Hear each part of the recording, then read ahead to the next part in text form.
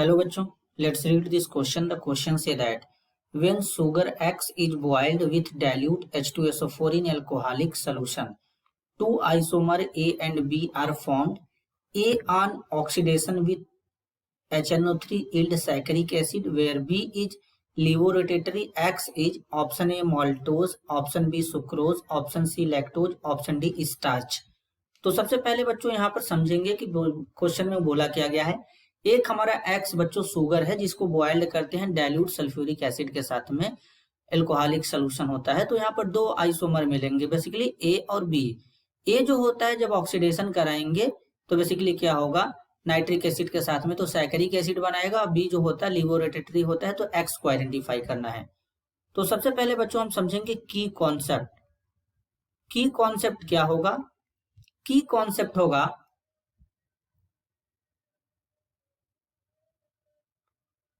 Formation and properties of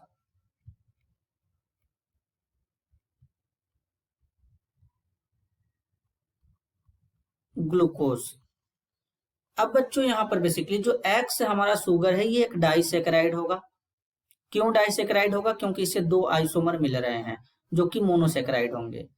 तो अब basically अगर हम बात करें तो बच्चों यहाँ पर लेंगे सुक्रोज, जिसको केन शुगर भी कहते हैं, C12H22O11, वाटर लेंगे, रिएक्शन कराएंगे। बेसिकली यहाँ पे डाइल्यूट सल्फ्यूरिक एसिड है तो एसिडिक मीडियम H+ लेंगे तो ग्लूकोज बनेगा C6H12O6 और फ्रक्टोज बनेगा C6H12O6।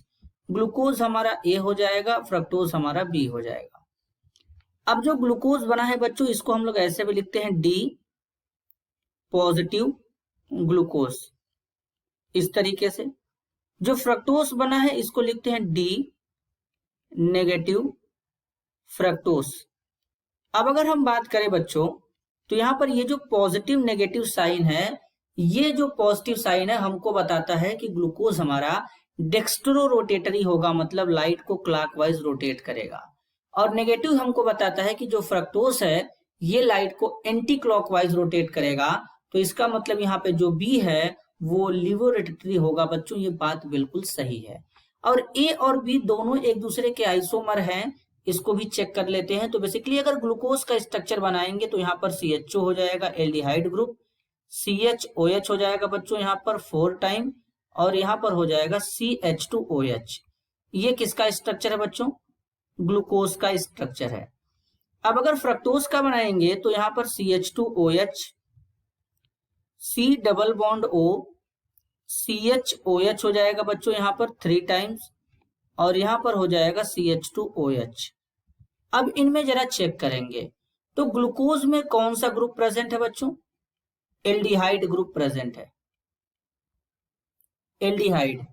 फ्रक्टोज में कौन सा ग्रुप है बच्चों? कीटो ग्रुप है, और ये क्या है? फ्रक्टोज। तो अब बच्चों दोनों का मॉलिक्यूलर फॉर्मूला तो सेम है, लेकिन मॉलिक्यूलर फॉर्मूला सेम होने के बावजूद इनमें फंक्शनल ग्रुप डिफरेंट है। और ऐसे कंपाउंड जिनमें मॉलिक्यूलर फॉर्मूला सेम होता है और फंक्शनल ग्रुप डिफरेंट होता है, वो दोनों एक दूसरे के फंक्शनल आइसोमर होंगे। तो हम कह सकते हैं बच्चों कि जो ग्लूकोज और फ्रक्टोज हैं ये दोनों एक दूसरे के फंक्शनल आइसोमर होंगे। तो ये भी बात बिल्कुल करेक्ट है। अब यहाँ पर जो कंपाउंड ए यानी ग्लूकोज है इस तरीके से लेंगे CHOH, CH2OH। अब इस ग्लूकोज को नाइट्रिक एसिड के साथ ट्रीट करेंगे। नाइट्रिक एसिड बच्चों एक स्ट्रॉन्ग ऑक्सीडाइजिंग एजेंट होता है। तो ये एल्डिहाइड और ये जो नीचे वाला हमारा एल्कोहल है इस तरीके से यहाँ पर देखेंगे तो इस एल्कोहल को और इस CHO को किसमें कन्वर्ट कर देता है बच्चों? कार्बोक्सिलिक एसिड में। तो यहाँ पर ये COOH हो जाएगा, और यहाँ पर ये क्या हो जाएगा बच्चों? CHOH यहाँ पर 4 टाइम हो जाएगा, और यहाँ पे क्या हो जाएगा बच्चों? COOH हो जाएगा। तो इसे क्या कहते हैं? इसे बच्चों कहते हैं बेसिकली सैकरिक एसिड।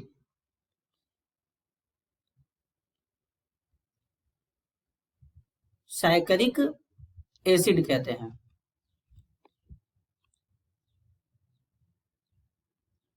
अब अगर हम देखें बच्चों की यहाँ पर केवल यही एल्कोहलिक ग्रुप क्यों कार्बोक्सिलिक एसिड में कन्वर्ट हुआ है, तो अगर इसका स्ट्रक्चर बनाएंगे तो यहाँ पर CHO है, यहाँ पर बच्चों बेसिकली क्या है, कुछ इस तरीके से अगर हम देखें, अगर इसके एक यूनिट को अगर हम यहाँ पे ओपनली बना ले बच्चों, यहाँ पर CHOH रख लेते हैं 3 टाइम्स, और एक यूनिट को अगर ओपनली करें तो यहाँ पर OH हो जाएगा, यहाँ पर H हो जाएगा। लास्ट यहाँ पर ये जो है इसको इस तरीके से ओपन करेंगे H और OH। तो अगर हम देखें बच्चों तो ये जो एल्कोहल है, ये एल्कोहल और ये जो ब्रैकेट के अंदर वाले जो कार्बन है, ये सब कार्बन कितने डिग्री है, 2 डिग्री कार्बन है। तो यानी ये जो एल्कोहलिक ग्रुप है ये 2 डिग्री एल्कोहल है, लेकिन ये वाला जो एल्कोहल है ये ओनली क्या है, 1 डिग्री एल्कोहल है। तो 1 डिग्री एल्कोहल जो है ये तुरंत क्या हो जाएगा, हमारा ऑक्सीडाइज हो जाएगा कार्बोक्सिलिक एसिड में, जबकि अंदर वाले 2 डिग्री है तो 2 डिग्री हमारे कार्बोक्सिलिक एसिड में ऑक्सीडाइज नहीं हो पाएंगे। तो इसलिए केवल यही वाला हमारा एल्कोहलिक ग्रुप जो है ऑक्सीडाइज हुआ है। तो इस तरीके से यहाँ पर सैकरिक एसिड का फॉर्मेशन हो जाएगा। अब बच्चों यहाँ पर बोला गया सैकरिक एसिड का फॉर्मेशन होगा वेयर बी इज लिबोरेटरी, ये हम लोग आइडेंटिफाई कर चुके हैं। एक्स हमको बताना है क्या होगा। तो बेसिकली यहाँ पर ये जो है बच्चों ये एक्स है और इस एक्स का नाम सुक्रोस होता है। क्या होता है, सुक्रोस होता है। तो इस तरीके से यहाँ पर क्या होगा बच्चों, सुक्रोस की वजह से यहाँ पर ग्लूकोज और फ्रक्टोज बनेगा। ग्लूकोज और फ्रक्टोज दोनों एक दूसरे के फंक्शनल आइसोमर होंगे। इसके बाद जो ग्लूकोज है ये डेक्स्ट्रोरोटेटरी और जो फ्रक्टोज है ये लिबोरेटरी होगा। ग्लूकोज को कंसंट्रेट नाइट्रिक एसिड के साथ ट्रीट करेंगे तो बेसिकली सैकरिक एसिड बनेगा, और भी सैकरिक एसिड बनेगा तो उसमें ग्लूकोज में एल्डिहाइड ग्रुप और 1 डिग्री जो एल्कोहल है ये हमारा ऑक्सीडाइज होकर के सैकरिक एसिड में कन्वर्ट हो जाएगा, क्योंकि नाइट्रिक एसिड एक स्ट्रॉन्ग ऑक्सीडाइजिंग एजेंट होता है। तो इस क्वेश्चन के लिए करेक्ट आंसर आइडेंटिफाई करेंगे तो करेक्ट आंसर होगा option B, sucrose. This is your answer. I hope you understood it well. All the best.